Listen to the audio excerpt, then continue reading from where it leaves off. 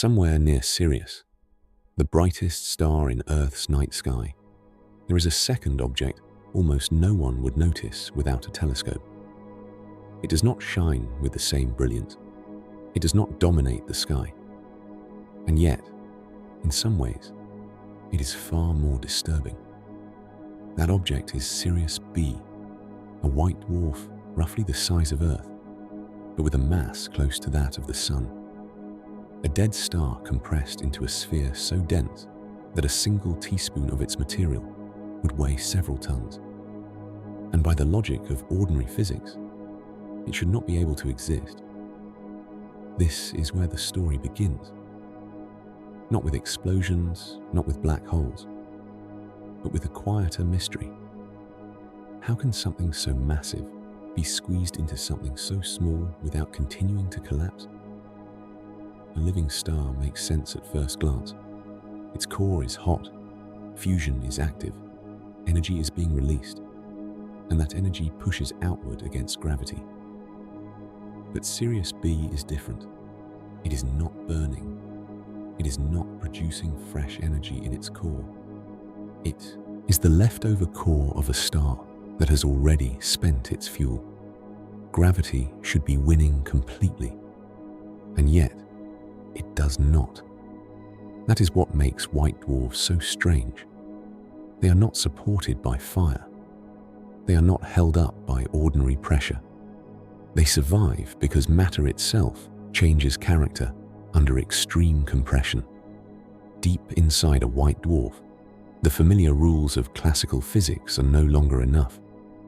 The atoms are crushed, the electrons are stripped free, and what remains is supported by something far more abstract, but far more powerful than heat.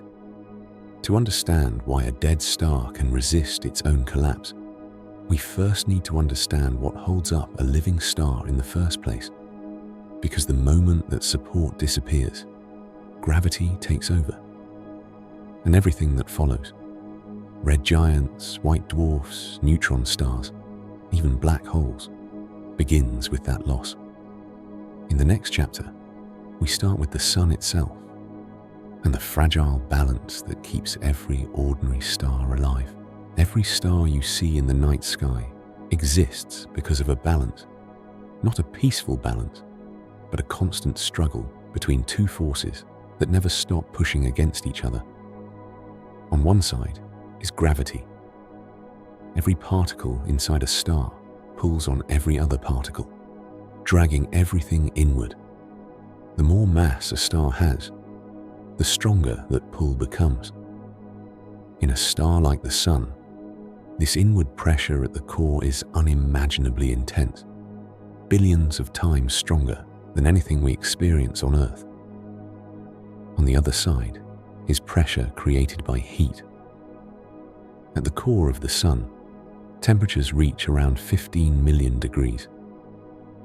At those temperatures, hydrogen nuclei are moving so fast that they can overcome their natural repulsion and collide hard enough to fuse. When they fuse, they release energy. That energy heats the surrounding material and causes particles to move even faster. And fast-moving particles push outward. This outward push is called thermal pressure. It is not a force you can see directly, but it is real. Every collision between particles creates tiny outward kicks. And when you have trillions upon trillions of these collisions happening constantly, the result is a pressure strong enough to hold up an entire star. A star exists in what is called hydrostatic equilibrium. Gravity pulls inward. Thermal pressure pushes outward. When those two forces are exactly balanced, the star neither collapses nor explodes. It simply shines. The Sun has been in this state for about 4 billion years, and it will remain there for billions more. But there is a problem hidden inside this balance. The fuel that powers it is not infinite. Every second, the Sun converts hundreds of millions of tons of hydrogen into helium. Every second, the supply of fuel becomes smaller. Slowly, almost imperceptibly, the balance is being undermined. For billions of years, nothing changes. But eventually, the core begins to run out of hydrogen. And when that happens, the outward pressure starts to weaken. Gravity, which has been waiting the entire time, does not weaken. It does not slow down. The moment the outward pressure drops, gravity begins to win. And when gravity wins, the star begins to collapse. That collapse is not the end of the story. It is the beginning of something far stranger. A star dies in stages, not all at once, and not in silence. The first sign is simple. The core can no longer maintain the same amount of fusion it once did. Hydrogen, the fuel that supported the star for most of its life, becomes scarce in the center. As the fusion rate drops, the thermal pressure that was holding gravity back begins to weaken. And gravity does exactly what it has always wanted to do. It starts pulling the core inward. This collapse might sound like the end, but in reality, it triggers a new phase. As the core shrinks, it heats up. Gravitational collapse converts gravitational energy into heat, and that extra heat can ignite fusion again, not in the core itself at first, but in a shell surrounding it. The outer layers of the star respond dramatically. They expand outward. The star swells into a red giant, becoming much larger and cooler at the surface, even while the inner regions are growing hotter and more unstable. This phase can continue for a long time. In stars, like the Sun, helium in the core may eventually begin to fuse as well, producing heavier elements like carbon and oxygen. But even that has limits. Eventually, the star reaches a point where it can no longer keep igniting new stages of fusion strongly enough to support itself. At that point, the outer layers are no longer tightly bound. They drift away into space, creating a glowing shell of gas called a planetary nebula. What remains behind is the exposed core. No longer a normal star, no longer burning in the familiar way, just the compressed remains of what used to be a sun-like star. This remnant is the white dwarf. And here is where the real mystery begins. The white dwarf is still massive. It still has gravity. In many cases, it contains around half to nearly the full mass of the Sun. But now it is compressed into something roughly the size of Earth. There is almost no fusion left. There is no ordinary thermal pressure strong enough to support it. So why doesn't it keep collapsing? That question leads directly into one of the strangest ideas in all of physics. Because the thing holding up a white dwarf is not fire, not heat, and not any classical force you would expect. It comes from the quantum rules that govern electrons themselves. Inside a white dwarf, matter no longer behaves the way you expect. The familiar structure of atoms, a nucleus surrounded by orbiting electrons, cannot survive under the pressure created by so much mass packed into such a small volume. Gravity is simply too strong. The atoms are crushed. Electrons are stripped away from their nuclei and begin to move freely through the interior. What remains is not a solid, not a liquid, and not a gas in the ordinary sense. It is a dense mixture of atomic nuclei, mostly carbon and oxygen, surrounded by a sea of free electrons. The density is extreme. A white dwarf can be around 1,000,000 times denser than water. A single cubic centimeter of this material would weigh as much as a car.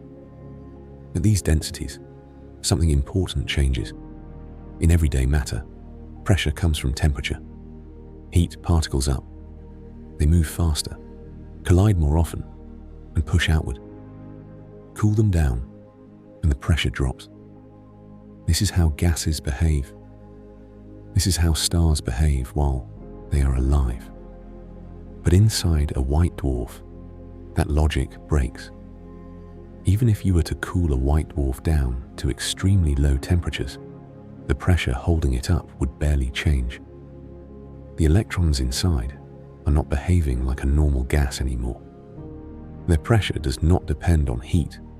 It does not come from thermal motion in the usual sense. Instead, it comes from the rules of quantum mechanics. More specifically, it comes from a rule that sounds simple at first, but has enormous consequences when applied to a system this dense. A rule that says certain particles, like electrons, cannot occupy the same quantum state at the same time. This rule is not a suggestion. It is absolute, and when you take an enormous number of electrons and force them into a very small space, that rule begins to act like a kind of pressure. Not because the electrons are pushing each other away in the classical sense, but because they are being forced into higher and higher energy states, simply because there is no room left in the lower ones. This is where the behavior of matter becomes deeply unintuitive. Because what is holding up a white dwarf is not heat, not motion in the usual sense, but a consequence of how quantum states fill up under compression. To understand how a simple rule can turn into a force strong enough to hold up a star, we need to zoom in even further, down to the level of a single electron confined in space. To understand what holds up a white dwarf, you have to stop thinking of matter as tiny solid particles that can simply be squeezed closer and closer forever. That idea works well enough in ordinary life. A sponge compresses. Air compresses. Even metal can bend under enough pressure. So it seems reasonable to assume that if gravity keeps pulling inward inside a dead star, matter should just continue collapsing without limit. But electrons do not behave like ordinary little objects. They are quantum particles, and quantum particles follow rules that have no true equivalent in daily experience. One of the most important of those rules is this: two identical electrons cannot occupy the exact same quantum state at the same time. This is known as the Pauli exclusion principle, and it is one of the deepest structural rules in physics. At first, that might sound abstract, almost too small to matter, but inside a white dwarf, it becomes everything. Imagine trying to force more and more people into a building where each room can only hold 2 people. At first, the lower floors fill easily, but as more people arrive, they are forced into higher and higher rooms because the lower ones are already occupied. Now replace the building with the allowed energy states of electrons. As gravity compresses the star, the electrons are forced into a smaller and smaller volume. But they cannot all fall into the same low energy arrangement. The available low states fill up quickly. The rest are forced into higher energy states. That matters because higher energy electrons carry more momentum.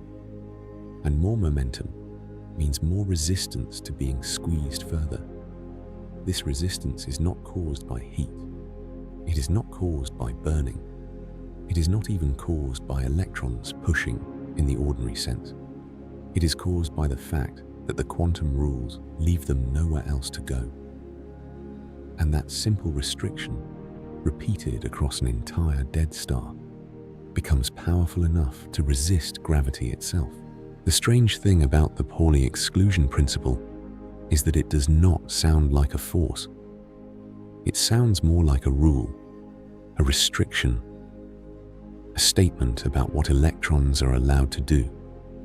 And yet, inside a white dwarf, that rule creates something as physically real as pressure inside a boiler or air inside a tire.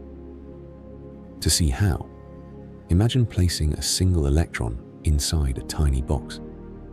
In quantum mechanics, confining a particle to a smaller region of space changes its possible behavior. The tighter the confinement, the greater the uncertainty in its momentum. That means the electron cannot simply sit perfectly still. Even if you remove all heat, even if the temperature were brought all the way down toward absolute zero, the electron would still be forced to possess motion simply because it is confined. This is not thermal motion. It is not caused by heat. It is built into the structure of quantum mechanics itself. Now imagine, not one electron, but an enormous number of them inside the same region. Because electrons are fermions, they cannot all occupy the same state. So they begin filling the available states from the bottom upward. The lowest energy states fill first, then the next ones, then the next. As more electrons are added, the top of the stack rises higher and higher. Some electrons are forced into states with extremely large momentum, not because they were heated, but because the lower options are already taken. Now compress the box. The available states shift upward. The electrons must rearrange, and because they still cannot share states, many of them are forced into even higher momentum configurations. The total energy of the electron system increases. That increase in energy resists the compression. That resistance is pressure. This is what physicists call electron degeneracy pressure. It is not a special add-on to matter. It is what happens naturally when a huge number of electrons are packed so tightly that quantum rules dominate everything. And inside a white dwarf, this pressure becomes the wall that gravity cannot easily break through. A dead star, in other words, is being held up by electrons that have run out of low-energy places to exist. One of the strangest things about electron degeneracy pressure is that it does not care very much about temperature. That makes it completely different from the pressure that holds up a normal living star. Inside the sun, pressure comes from heat.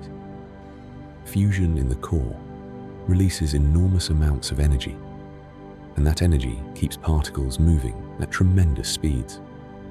Those fast-moving particles collide constantly and push outward. If the sun somehow cooled dramatically, that pressure would collapse with it. Heat is the support system, but a white dwarf is not being held up by heat. That is what makes it so unsettling. Even though many white dwarfs are still extremely hot by human standards, their internal support would remain almost the same even if they cooled for billions of years. As they lose heat, they do not suddenly collapse inward the way a normal gas would. They simply cool and fade. The reason is that the pressure resisting gravity is not thermal pressure. It is degeneracy pressure, and degeneracy pressure comes from density, not temperature. That difference is enormous. A normal gas pushes outward because its particles are hot and moving rapidly due to thermal energy. A degenerate electron gas pushes outward because the electrons have been forced into high momentum states by the exclusion principle. Their motion is not mainly a sign of heat, it is a sign of confinement. They are moving because quantum mechanics leaves them no low-energy alternative. This means a white dwarf is stable in a very unusual way. Cooling does not remove the thing that is holding it up.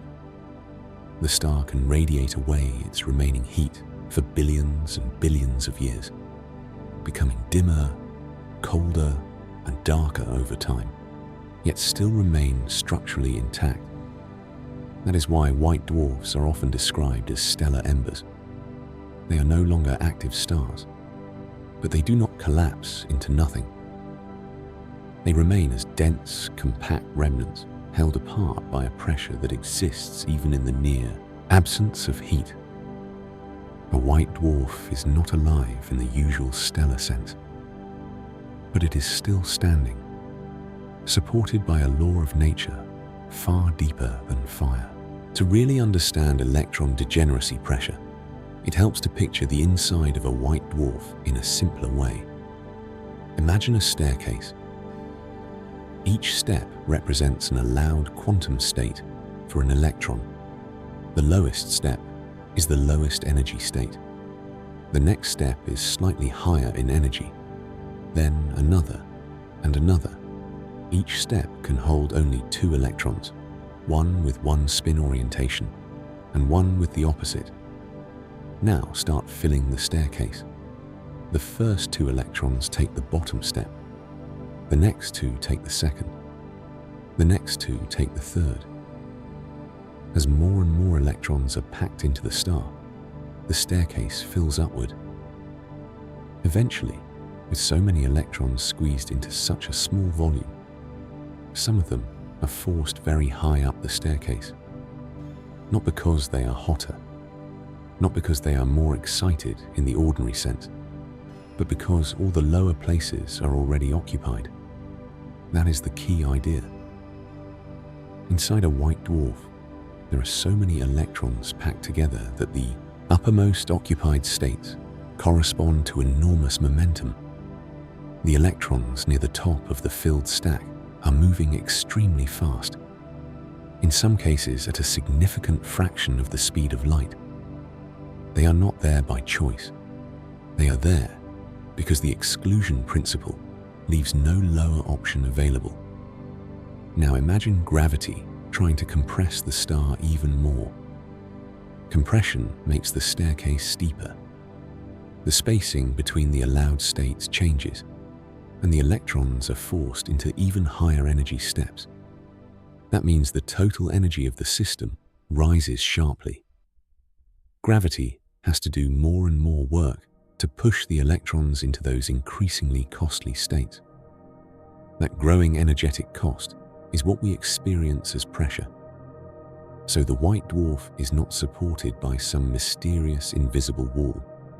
It is supported by the fact that the electrons have already filled all the easy states and are being stacked into harder and harder ones. The star resists collapse because compressing it further means forcing quantum matter into even more extreme arrangements. And that resistance, multiplied across an entire dead star, becomes strong enough to hold back gravity for billions of years. When physicists describe the electrons inside a white dwarf, they often use a very specific term: a degenerate Fermi gas. The phrase sounds technical, but the idea behind it is simple. It describes a huge collection of fermions, in this case, electrons, packed so tightly that their behavior is controlled almost entirely by the exclusion principle rather than by temperature. A normal gas behaves according to heat. Raise the temperature and the particles move faster. Lower it and they slow down. But a Fermi gas under extreme compression behaves differently. The electrons are not free to simply slow down into the same low energy state. The lower states are already occupied. So even when the system is relatively cold, many electrons are still forced into high momentum configurations. That is what degenerate means here. It does not mean broken or weakened. It means the gas has been pushed into a regime where quantum filling dominates everything. Inside a white dwarf, the electron density is so enormous that the electrons fill all available states up to a sharp boundary called the Fermi level. Every state below that level is occupied. Every state above it is empty. The electrons at the very top of that filled structure are the most energetic electrons in the star. Their energy is called the Fermi energy, and it can be extremely high. This matters because the Fermi energy tells you how hard the electrons are already pushing back against compression. In a typical white dwarf, that energy is so large that many of the top electrons are moving at a significant fraction of the speed of light, not because the star is boiling in the ordinary sense, but because the electrons have been forced upward through the allowed quantum states by sheer density. So the interior of a white dwarf is not just dense matter. It is a highly organized quantum structure, a packed sea of electrons sitting in every available state up to a sharply defined edge. That edge, and the pressure associated with it, is what gives the white dwarf its stability. But there is a catch. Because the faster those electrons are forced to move, the closer they come to a deeper limit imposed not by quantum mechanics alone, but by relativity. At first, electron degeneracy pressure responds strongly to compression. Squeeze the white dwarf a little more, and the electrons are forced into noticeably higher momentum states. That means the pressure rises quickly. This is why low and medium mass white dwarfs are stable. Gravity compresses them, but the electron gas pushes back even harder. But that behavior does not continue forever. There is a hidden weakness in the system, and it appears when the electrons near the top of the Fermi stack begin moving close to the speed of light. In the non-relativistic world, momentum and kinetic energy scale in a way that gives the degeneracy pressure a strong response to compression. But relativity changes that relationship. As an electron gets faster and faster, adding more momentum no longer increases its speed very much. It cannot exceed the speed of light. So the system can keep forcing electrons into states with higher momentum, but the pressure return from that extra momentum becomes less efficient. In other words, the electron gas still resists compression, but not as strongly as it did before. This is a crucial turning point. A white dwarf survives only because its internal pressure rises fast enough to keep pace with gravity. If the pressure response weakens while gravity continues growing stronger with added mass, then eventually there will come a point where the balance fails. The star can still exist for a while below that threshold, but it is moving toward a hard ceiling built into the physics itself. That ceiling is not based on chance. It is not a rough estimate. It is a real physical limit, a maximum mass above which electron degeneracy pressure can no longer support a white dwarf, no matter how much the star compresses. This means something astonishing. There is a specific point where a dead star runs out of quantum support, and once that point is crossed, there is no stable white dwarf left to be had. In the next chapter, we arrive at that threshold, one of the most important limits in astrophysics, a number that determines whether a dead star remains a white dwarf or collapses into something even more extreme. In the early 20th century, a young physicist named Subrahmanyan Chandrasekhar realized something extraordinary. If electron degeneracy pressure is what holds up a white dwarf, then that pressure must have a maximum. There must be a point where gravity becomes too strong for even quantum mechanics, acting through the electrons, to resist. That point is now called the Chandrasekhar limit. It sits at about 1.4 times the mass of the Sun. That number is not a rough guess or an observational accident. It comes directly from the underlying physics. Below that mass, a white dwarf can find a stable balance. Gravity squeezes inward, electron degeneracy pressure pushes outward, and the star survives as a compact stellar remnant. But above that mass, no stable white dwarf configuration exists. That is the terrifying part. A white dwarf does not gradually become less stable in some vague way. It reaches a hard boundary. Once enough mass is added, the electrons are forced so high in momentum that relativity weakens the pressure response too much. Gravity no longer has a proper counterbalance. The star has nowhere left to settle.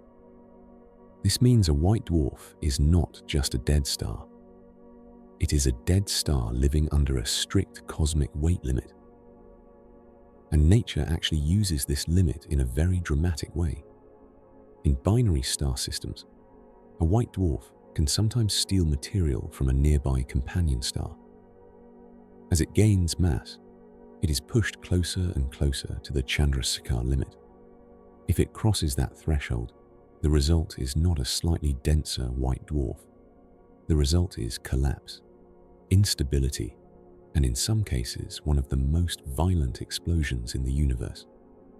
So the Chandrasekhar limit is more than a number.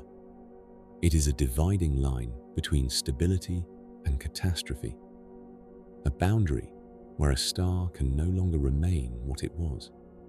And once that line is crossed, the physics of white dwarfs gives way to something even more extreme. One of the strangest consequences of white dwarf physics is that adding more mass does not make the star larger. It makes it smaller.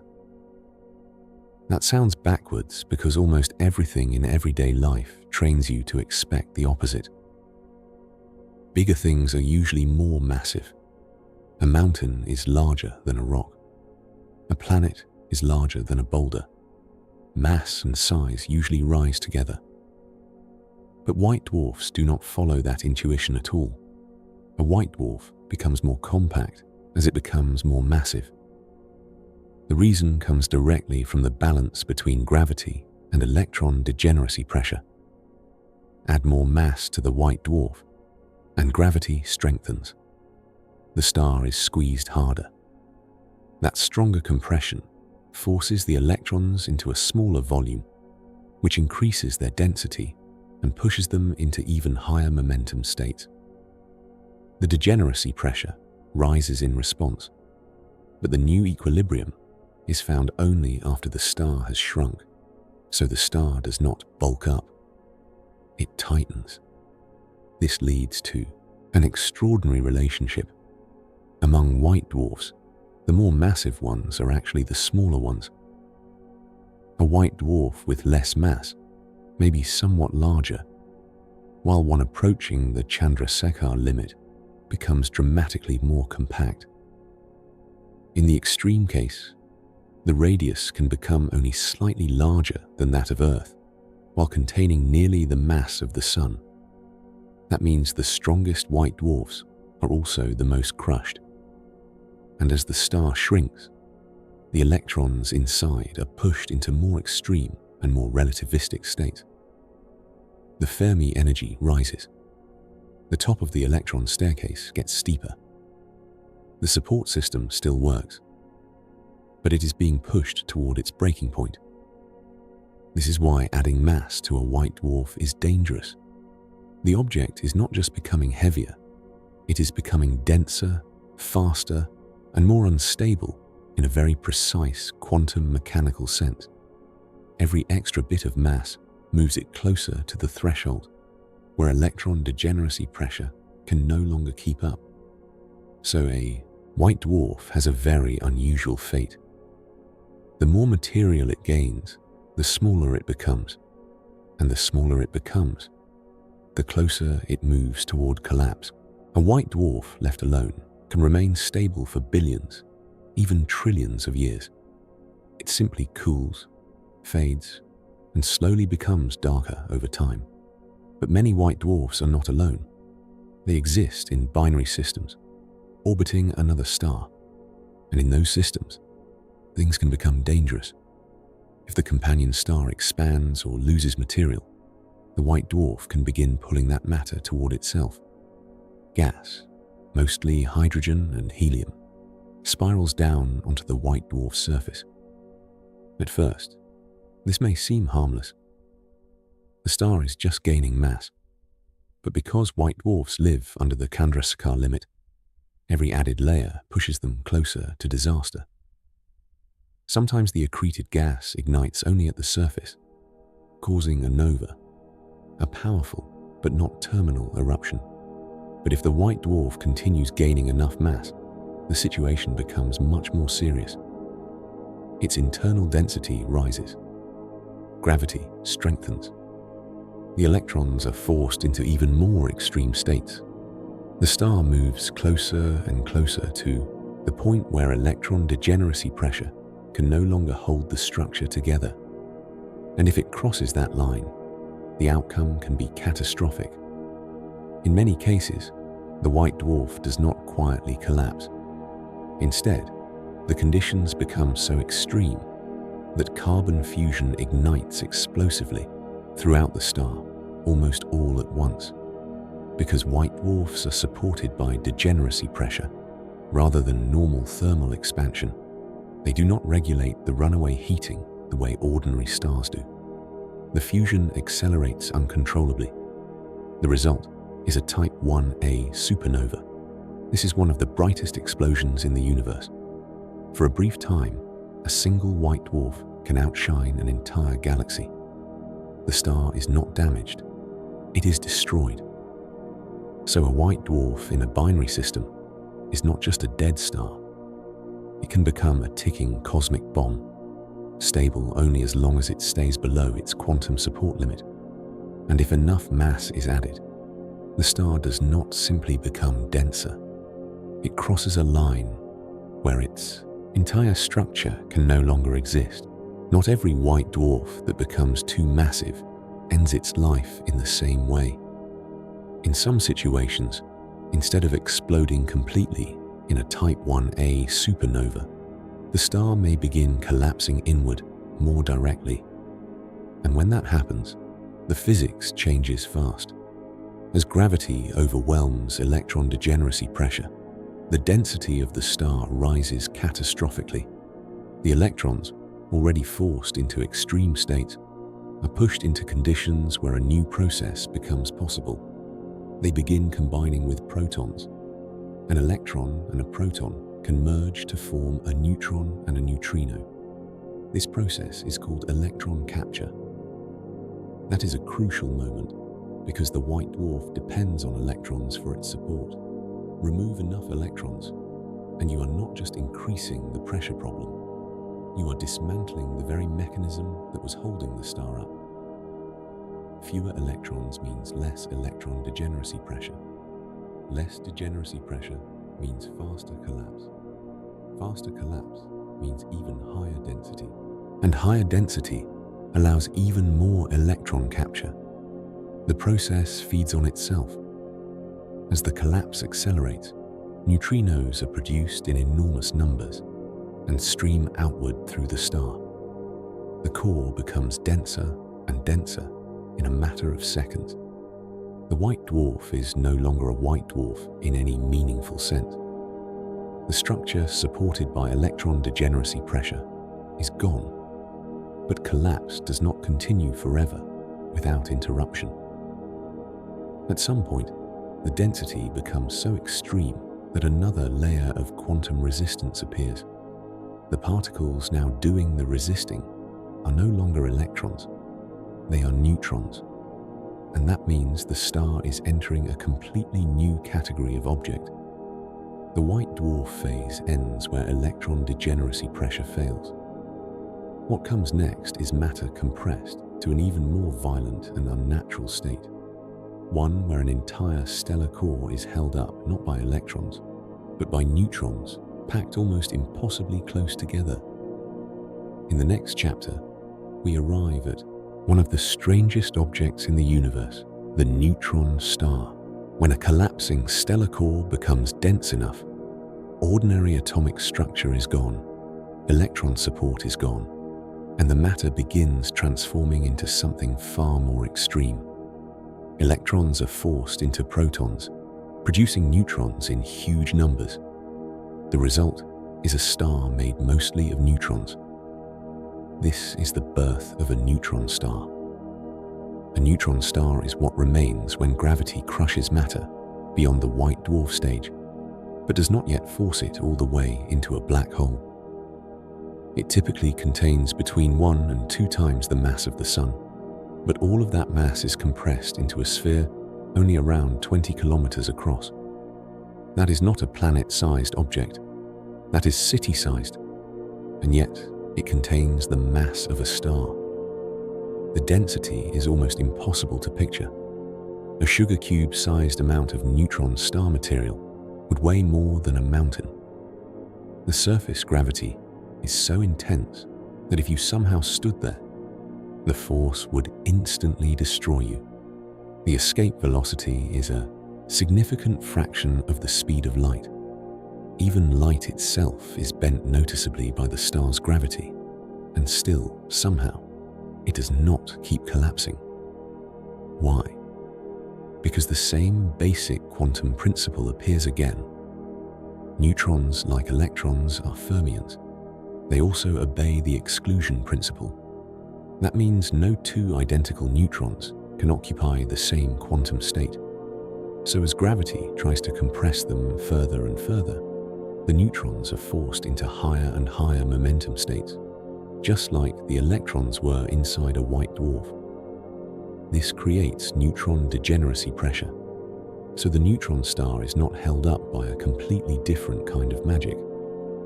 It is held up by the same deep rule of quantum mechanics, but now acting on a heavier particle under even more extreme conditions. A white dwarf is supported by electron degeneracy pressure. A neutron star is supported by neutron degeneracy pressure. The same logic, a different particle, and a far more violent environment. But just like the white dwarf, the neutron star also has a limit. And if enough mass is added, even neutron degeneracy pressure will eventually fail. The most unsettling thing about a neutron star is not just its density, it is how small it is compared to what it contains. Imagine taking something with more mass than the sun and compressing it until it fits inside a sphere only about the width of a large city. That is not just dense.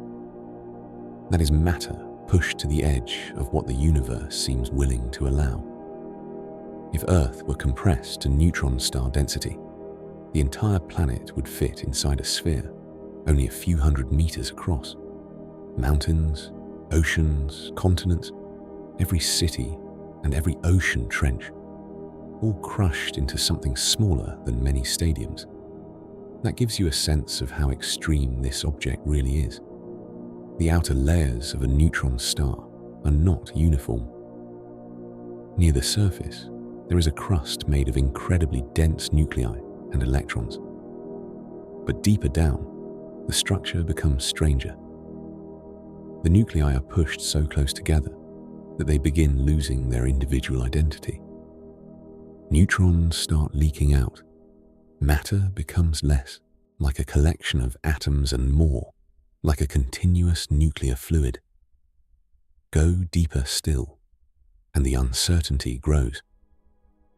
At the very center of a neutron star, physicists are not fully sure what the matter looks like. The density may be so high that even neutrons begin to break down into their constituent quarks. Exotic states of matter may appear. The core may contain forms of matter with no direct analog anywhere else in the known universe. But despite that uncertainty, one thing is clear: the star remains stable only because quantum mechanics is still fighting gravity. The neutrons are packed into allowed states, and that packing produces pressure. The same exclusion principle that saved the white dwarf is now saving something much more extreme. But this support system has a weakness too, because just like electrons, neutrons can also be pushed into relativistic conditions. And when that happens, the pressure response begins to weaken again. The same hidden problem returns, only at a deeper level. And that means neutron stars, no matter how extreme they are not the final answer to gravity. They are only the next delay in gravity's victory. A neutron star is held up by neutron degeneracy pressure. But just like a white dwarf, it cannot support unlimited mass. There is a second critical boundary, deeper and more complex than the Chandrasekhar limit. This one comes from combining quantum mechanics with general relativity. It is called the Tolman-Oppenheimer-Volkoff limit, often shortened to the TOV limit. Unlike the white dwarf case, This limit is not a single clean number derived from a few constants. It depends on how matter behaves at extremely high densities, conditions we cannot fully recreate or test. But observations and theory together suggest that neutron stars can exist only up to around 2 to 2.5 times the mass of the Sun. Beyond that, no stable neutron star can form. The reason is more subtle than before. Inside a neutron star, gravity is no longer well described by simple Newtonian physics. The star is so dense that space-time itself is strongly curved. And in general relativity, pressure does something unexpected. It contributes to gravity. The very pressure trying to hold the star up also strengthens the gravitational field pulling it inward. This creates a dangerous feedback. As the neutron star becomes more massive, its internal pressure rises to resist collapse. But that pressure also increases the effective gravitational pull. The harder the star pushes outward, the more it deepens the curvature of space-time, and the more it pulls itself inward. At lower masses, degeneracy pressure still wins. But as the mass approaches the TOV limit, this balance becomes impossible to maintain. The pressure cannot rise fast enough to counter both gravity and its own contribution to that gravity. So just like before, there is a boundary. Below the limit, a neutron star can exist. Above it, no stable configuration is possible. And when that boundary is crossed, there is no new layer of matter waiting to take over. No heavier particle to provide a stronger version of degeneracy pressure. At that point, gravity finally wins completely. If a neutron star crosses the TOV limit, the collapse resumes. But this time, there is no known stable state left for matter to settle into. Electron degeneracy pressure has already failed. Neutron degeneracy pressure now fails as well. Gravity is no longer being delayed. It is no longer being negotiated with. It is winning outright. At first, you might imagine that perhaps there is one more hidden layer. Maybe something deeper than neutrons could still resist. After all, neutrons themselves are made of quarks, and quarks are also fermions. In principle, quark degeneracy pressure could appear, and physicists have seriously considered whether some kind of ultra-dense quark matter might briefly form during the collapse. But even if such matter appears, current understanding suggests it cannot stop the process permanently. The deeper reason is not just particle physics, it is geometry. At these densities, general relativity becomes overwhelming. Pressure itself contributes to gravity. Any attempt to resist the collapse adds to the very curvature that is driving it. The more intensely matter pushes back, the more strongly space-time curves inward. The support system becomes self-defeating. This is what makes black hole formation so profound. It is not just that matter gets very dense. It is that the known ways matter resists compression are eventually outmatched by the geometry of space-time itself. Once the collapse passes a certain point, an event horizon forms. This is the boundary beyond which no signal can escape. Not light, not information, not anything. To an outside observer, the star has not become a weird, ultra-dense object sitting there like a dark planet. It has become a region of space-time, cut off from the rest of the visible universe. And that means the story of stellar death reaches its final known stage. A white dwarf is matter saved by electrons. A neutron star is matter saved by neutrons. A black hole is what remains when matter can no longer save itself at all. That is where gravity stops being resisted and becomes absolute. There is something almost unsettling about the fact that the same rule holding up a dead star is also holding up the world around you right now. The Pauli exclusion principle, the rule that prevents identical fermions from occupying the same quantum state, is not just responsible for white dwarfs and neutron stars. It is the reason matter has structure at all. It is the reason atoms do not collapse. It is the reason objects feel solid when you touch them. When you sit in a chair, you are not truly touching it in the way it might seem. The electrons in your body are interacting with the electrons in the chair. They cannot collapse into the same states, so they resist overlap. That resistance is what you feel as solidity. At everyday scales, this effect is subtle and hidden beneath electromagnetic forces. But at extreme densities, it becomes dominant. Inside a white dwarf, this same principle is operating at an unimaginable scale. Instead of holding up a chair, it is holding up our star. The electrons have been packed so tightly that their quantum restrictions generate enough pressure to counteract gravity itself. Inside a neutron star, the same idea appears again, but now applied to neutrons instead of electrons. The scale is larger, the forces are stronger, but the rule is the same. This creates a kind of continuity across the universe. The same quantum law that gives everyday matter its shape also defines the life cycle of stars. The same restriction that prevents atoms from collapsing is what prevents entire stellar cores from disappearing under their own gravity, at least for a while. It means that the boundary between ordinary matter and the most extreme objects in the universe is not as separate as it seems. They are governed by the same principles, just pushed to radically different limits, and that leads to a deeper realization.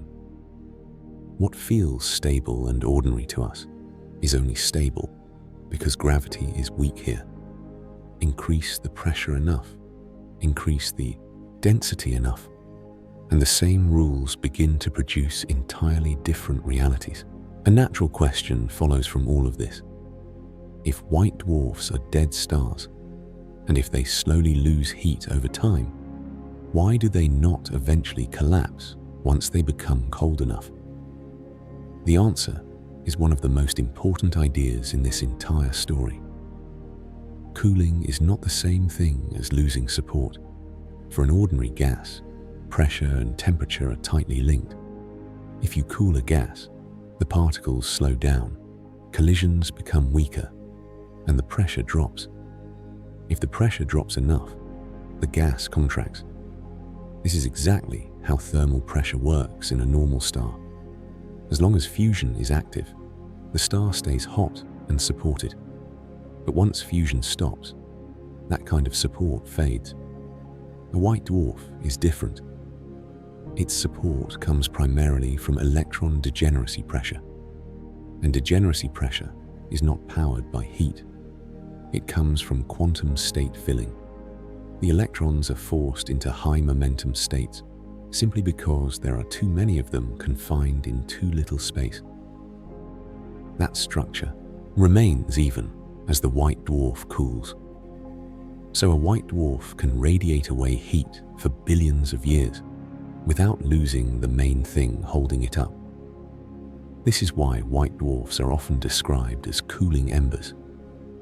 They begin very hot, but over immense stretches of time, they become dimmer and colder. Their light fades. Their surface temperature drops. But the interior remains supported because the quantum mechanical arrangement of the electrons does not vanish just because thermal energy leaks away. Eventually, after an almost unimaginable amount of time, a white dwarf would cool enough to become what is sometimes called a black dwarf, a cold, dark stellar remnant, no longer glowing visibly at all. The universe is not yet old enough for any black dwarfs to exist, but the concept follows naturally from the physics. So the fate of most dead stars is not dramatic collapse, it is long-term persistence. A white dwarf does not need to stay hot to stay standing. It only needs to remain below its mass limit. As long as gravity does not become too strong, the quantum structure inside it can hold the star together almost indefinitely. What makes degeneracy pressure so remarkable is not just that it can hold up a dead star. It is that it reveals something profound about reality itself. It shows that matter is not stable because the universe is trying to keep things intact. Matter is stable because there are hard structural rules built into the fabric of quantum physics. A white dwarf does not survive because it has some hidden engine left. It survives because the electrons inside it are forbidden from all settling into the same low-energy condition. A neutron star survives for the same reason, but one layer deeper. In both cases, what looks like a giant astronomical object is, at its core, a huge quantum system. That is a strange thing to realize. We often separate the very small from the very large.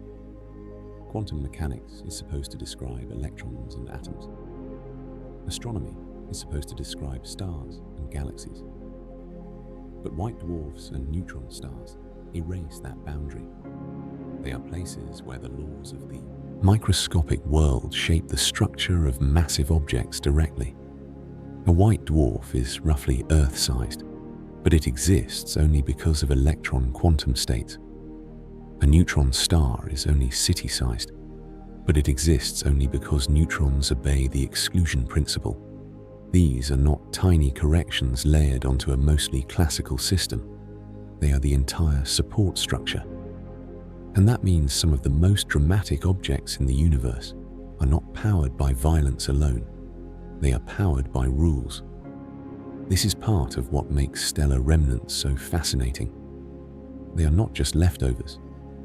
They are laboratories where gravity, relativity, and quantum mechanics all meet. Every white dwarf and every neutron star is a reminder that the universe does not run on common sense. It runs on deeper laws that only reveal themselves when matter is pushed far enough. And when those laws finally stop being enough, gravity takes the final step. That is the full arc of stellar death. Not just burning and collapse, but a sequence of quantum resistances, each one more extreme than the last, until no resistance remains.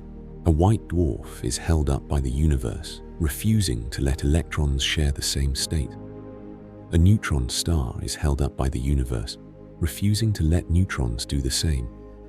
And a black hole is what happens when even that refusal is no longer enough. That is the full picture. What begins as an ordinary star, burning hydrogen in quiet equilibrium, eventually becomes a lesson in how deep physics really goes. First, thermal pressure holds gravity back. Then fusion ends and gravity takes over. A white dwarf forms, supported not by heat, but by electron degeneracy pressure. If enough mass is added, that support fails. The collapse continues until neutron degeneracy pressure takes over. And if the mass is still too high, even that final barrier gives way, and gravity closes the story completely. What makes this so remarkable is that the same quantum rule behind these dead stars is also part of the reason matter is solid around you right now. The same principle that helps hold up Sirius B is quietly present in the chair beneath you and the atoms in your body. The difference is only scale, density, and how much gravity is pressing inward. So in the end, degeneracy pressure is not some obscure detail hidden inside astrophysics. It is one of the clearest examples of how the smallest laws in nature can shape the largest objects in the cosmos. And if you look up at the night sky again, especially at Sirius, it is worth remembering that beside that brilliant point of light is a dead star the size of Earth, held together by one of the strangest and most powerful rules in the universe. If you enjoyed this kind of deep, slow exploration of space and physics, Make sure to like the video, subscribe, and turn on notifications for science sleep theory. And if there is another cosmic question you would want to fall asleep to, leave it in the comments. Until next time, sleep well and keep looking up.